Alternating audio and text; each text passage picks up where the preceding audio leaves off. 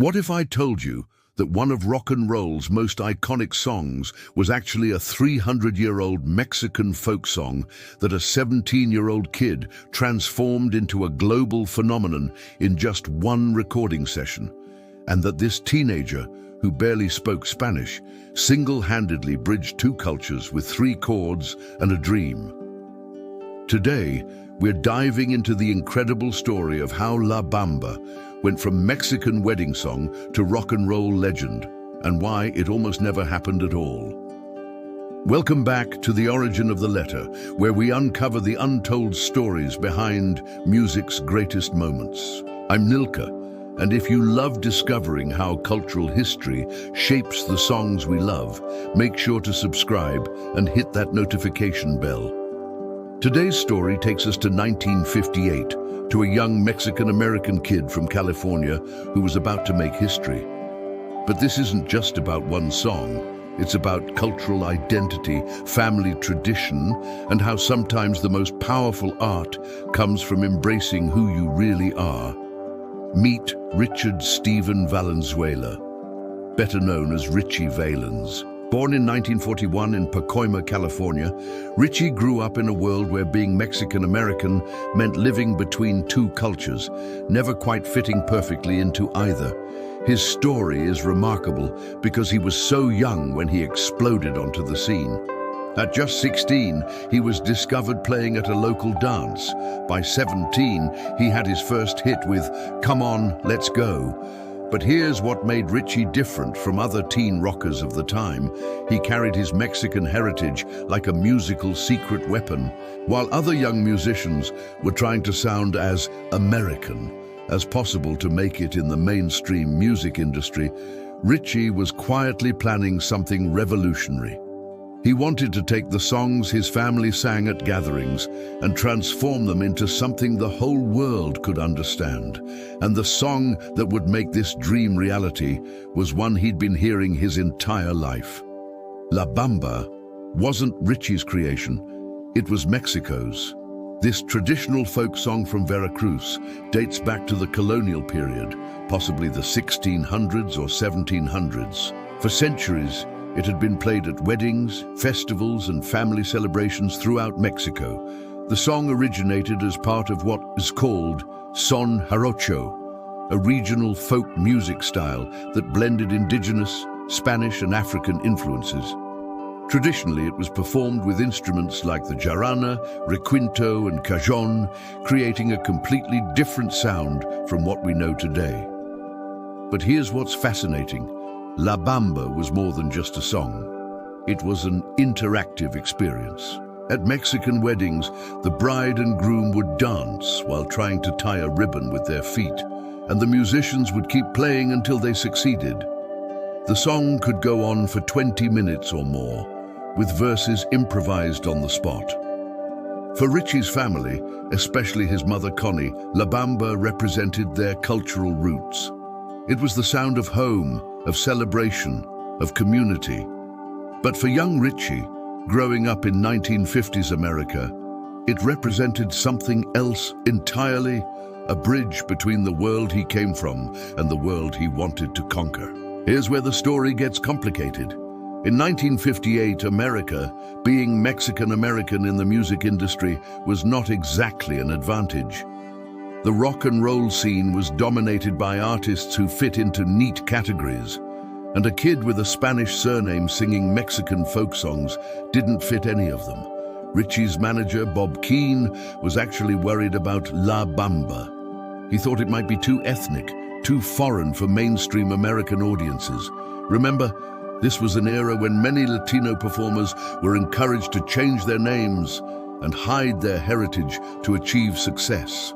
But Ritchie had a different vision.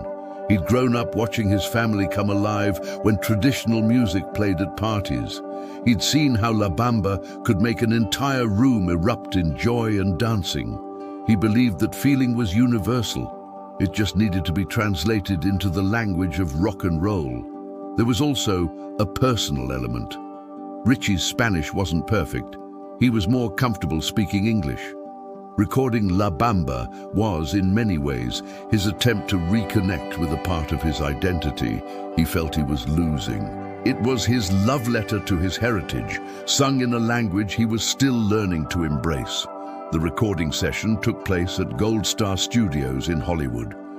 Ritchie walked in with a simple plan: take this ancient folk song and give it a rock and roll heartbeat.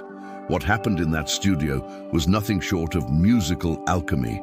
First, Ritchie completely transformed the rhythm.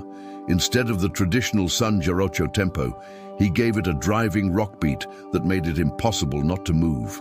The traditional Mexican instruments were replaced with electric guitars, bass, and drums, but somehow the soul of the original remained intact. The genius was in what he kept versus what he changed. He maintained the call and response structure that made the original so engaging at parties. He kept the essential melody that had survived centuries, but he compressed the song from its traditional length to just 2.5 minutes of pure energy. The recording process was surprisingly quick. Unlike many rock songs of the era that required multiple takes and overdubs, La Bamba was captured in just a few sessions. Ritchie's performance was raw, authentic, and full of the joy he'd experienced hearing the song at family gatherings. But here's what made it truly special. You could hear Ritchie's cultural pride in every note. This wasn't a novelty song or a gimmick. It was a young man sharing the music of his people with the world and doing it with absolute confidence and joy. When La Bamba was released as the B-side to Donna in late 1958, nobody expected what happened next. The song that the record label thought was too Mexican started getting more radio play than the A-side in many markets. What Ritchie had accomplished was revolutionary. He'd created the first major rock and roll hit sung entirely in Spanish. In an era of cultural conformity, he'd proved that authenticity could break down barriers that seemed insurmountable. The song's success wasn't just about the music, it was about timing. America in 1958 was becoming more diverse, more connected to the world beyond its borders. Young people, especially, were hungry for sounds that felt real and different from the manufactured pop of the era. La Bamba worked because it was simultaneously familiar and exotic. The rock and roll framework made it accessible to American teenagers, while the Spanish language and Mexican musical DNA made it feel authentic and exciting. Radio DJs reported something unprecedented. When La Bamba came on, both English-speaking and Spanish-speaking audiences responded with equal enthusiasm. Ritchie had created a truly crossover hit before the term even existed. The success proved something that the music industry was just beginning to understand. Authenticity sells. Audiences could sense that this wasn't a calculated attempt to capture a market, but a genuine expression of cultural identity translated into universal language. Just when La Bamba was reaching its peak popularity, tragedy struck. On February 3rd, 1959, later called the day the music died, Ritchie Valens, Buddy Holly, and J.P. the Big Bopper Richardson were killed in a plane crash in Iowa.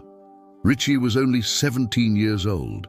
He'd been a professional musician for less than 2 years, but in that brief time, he'd accomplished something remarkable.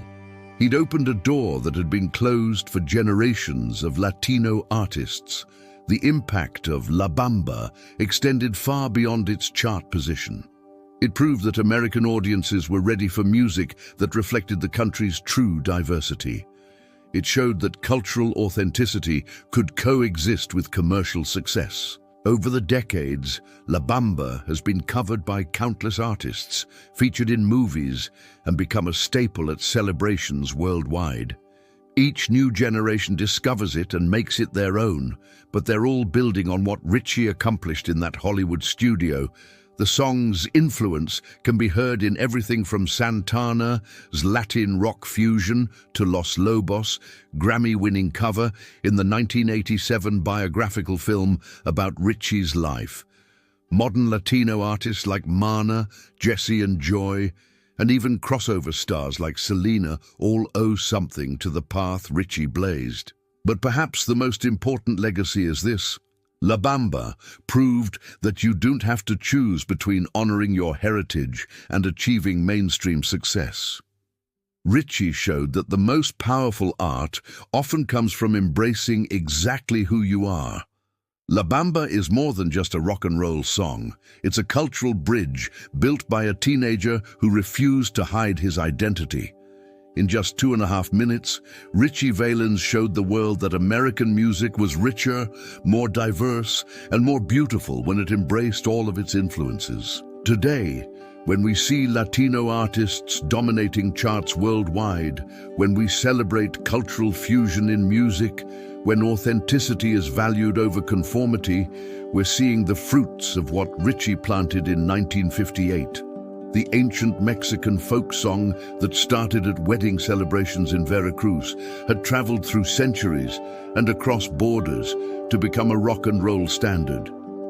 But it took a brave 17-year-old kid from Pacoima to show the world that tradition and innovation, heritage and dreams could dance together in perfect harmony.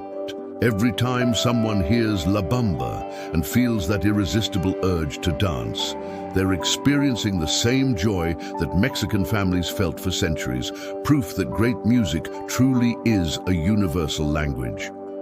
That's the incredible story of how La Bamba went from ancient folk song to rock and roll legend, carried by a teenager who dared to be authentically himself. What's a song that connects you to your cultural heritage? Share your stories in the comments below. If you enjoyed discovering this piece of music history, make sure to like this video and subscribe for more stories about the songs that shaped our world. Until next time, keep celebrating the music that makes us who we are.